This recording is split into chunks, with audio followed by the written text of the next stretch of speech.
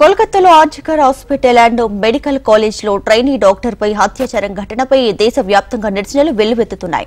నిందితులను కఠినంగా శిక్షించాలంటూ Tirupati Sri Venkateswara Institute of Medical Sciences Hospital ఆవరణలో జూనియర్ డాక్టర్లు వినూత్నంగా నిరసన చేపట్టారు. కోల్కతాలో జరిగిన ఘటనను జూనియర్ డాక్టర్లు ఓ స్కిట్ రూపంలో వివరించారు. ఇక ఇదే అంశంపై మరింత సమాచారం మా ప్రతినిధి మురళి అందిస్తారు. కోల్కతా ఘటనను నిరసిస్తూ వైద్య విద్యార్థులు అలాగే పీజీ డాక్టర్స్ అందరూ కూడా ఇవాళ పెద్ద ఎత్తున ఆందోళన కార్యక్రమాలు చేస్తున్నారు. దేశవ్యాప్తంగా జరుగుతున్నటువంటి ఈ సమ్మెలో భాగంగా Tirupati SVIMS Sri Venkateswara Institute of Medical సైన్సెస్కి సంబంధించినటువంటి పీజీ స్టూడెంట్స్ అందరూ కూడా ఇవాళ విధులు బాయ్కాట్ చేసి నిరసన ప్రదర్శనలు చేపడుతున్నారు. ఇవాళ పశ్చిమ బెంగాల్లో జరిగినటువంటి ఒక ఘటన ప్రతి ఒక్కరిని ఆందోళన కలిగించేటువంటి అంశం.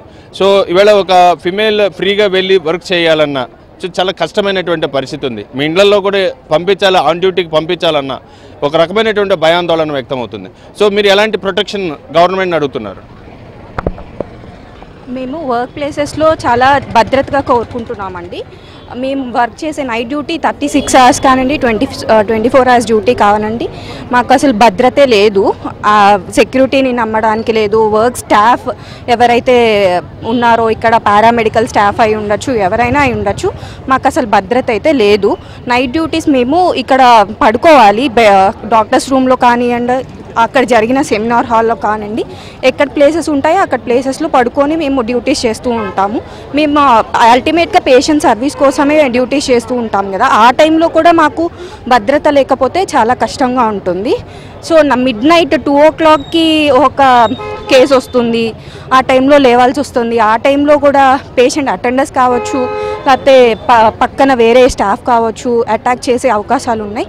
సో మేము గవర్నమెంట్ని కోరుకోవాల్సింది ఏంటి అంటే పర్టికులర్లీ ఉమెన్ వాళ్ళకి హాస్పిటల్ ప్రిమిసెస్లో మేము భద్రత అయితే కోరుకుంటున్నాము. హాస్పిటలే కాదు, మేము హాస్టల్లో కానీ సెక్యూరిటీ మాకు ప్రొవైడ్ చేయాలి అని, మాకు మెస్లో కానీ సెక్యూరిటీ ప్రొవైడ్ చేయాలి అని చెప్పి మేము గట్టిగా కోరుకుంటున్నాము. ఎలాంటి ప్రొటెక్షన్ కావాలి, ఎలాంటి జస్టిస్ కోరుకుంటున్నారు? ఇవాళ అత్యాచారం జరిగింది, హత్య జరిగింది. సో ఇలాంటి ఘటన పునరావృతం కాకుండా ఉండాలంటే ఏం చేయాలి? ఫస్ట్ ఆఫ్ ఆల్ ప్రొటెక్షన్ ఎలా జరగాలినా సెక్యూరిటీ ఫోర్టిఫై చేయాలి, సెక్యూరిటీస్ మంచిగా ఉండాలి. That we should feel safe that if we are in the hospital we will not be encountering any such incidents. ఇప్పుడు ఒకరు హాస్పిటల్ లోపల వస్తారనా ఆ బండి నంబర్ నోట్ చేసుకోవాలి, ఎవరెవరు లోపల వస్తారు అన్నీ నోట్ చేసుకోవాలి, డాక్యుమెంటేషన్ అందుకే ఉండాలి. ఆ డాక్యుమెంటేషన్ ఉన్నప్పుడు ఎవరు ఎస్కేప్ అవడానికి కుదరదు. సో సీసీటీవీ కెమెరాస్ ఎక్కడెక్కడ అవసరమో అక్కడక్కడ సీసీటీవీ కెమెరాస్ ఖచ్చితంగా పెట్టుకోవాలి.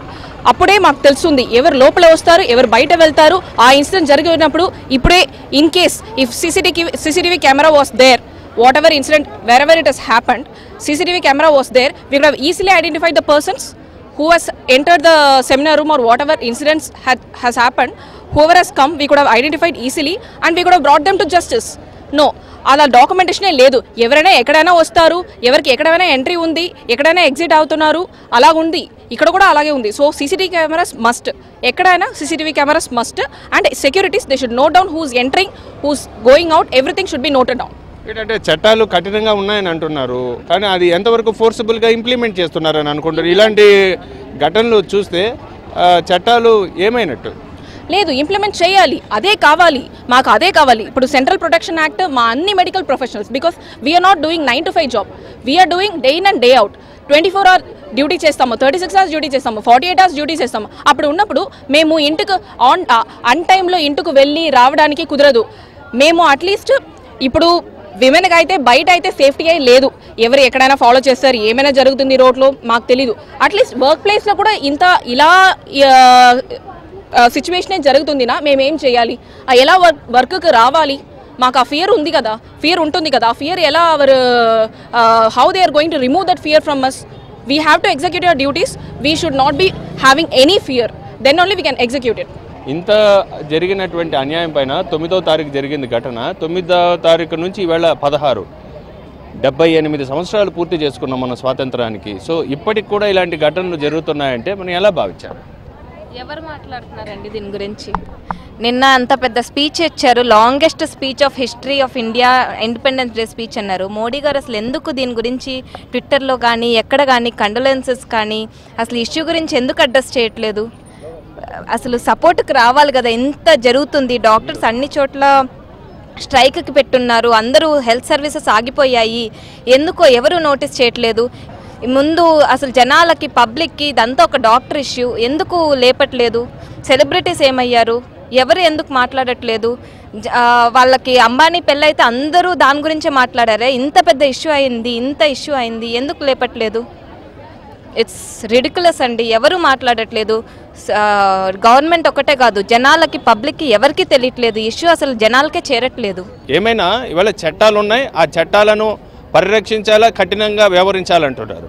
ప్రధానమంత్రి మాట్లాడతారు, నరేంద్ర మోడీ గారు మాట్లాడుతున్నారు, అదేవిధంగా చంద్రబాబు, పవన్ కళ్యాణ్ అందరూ మాట్లాడుతున్నారు. But where is the justice అంటున్నారు. మాకు జస్టిస్ ఎక్కడ అన్నటువంటి అంశాలను వీరందరూ కూడా వారు ఆవేదన వ్యక్తం చేస్తున్నారు. ఇదేమైనప్పటికీ కేంద్ర ప్రభుత్వం దీనిపైన చట్టాలు పెట్టారు, దాన్ని ఫోర్సబుల్ చేయాల్సినటువంటి అవసరం ఉంది. దాన్ని ఇంప్లిమెంట్ చేసి ఇవాళ సుప్రీంకోర్టు గైడ్ లైన్సెస్ కూడా కొన్ని ఇచ్చాయి వీళ్ళకి. ఆ గైడ్ లైన్సెస్ని ఖచ్చితంగా పాటించాలనేసి వీరందరూ కూడా డిమాండ్ చేస్తున్నారు. Cameraman support Murali, HM TV, Tirupati.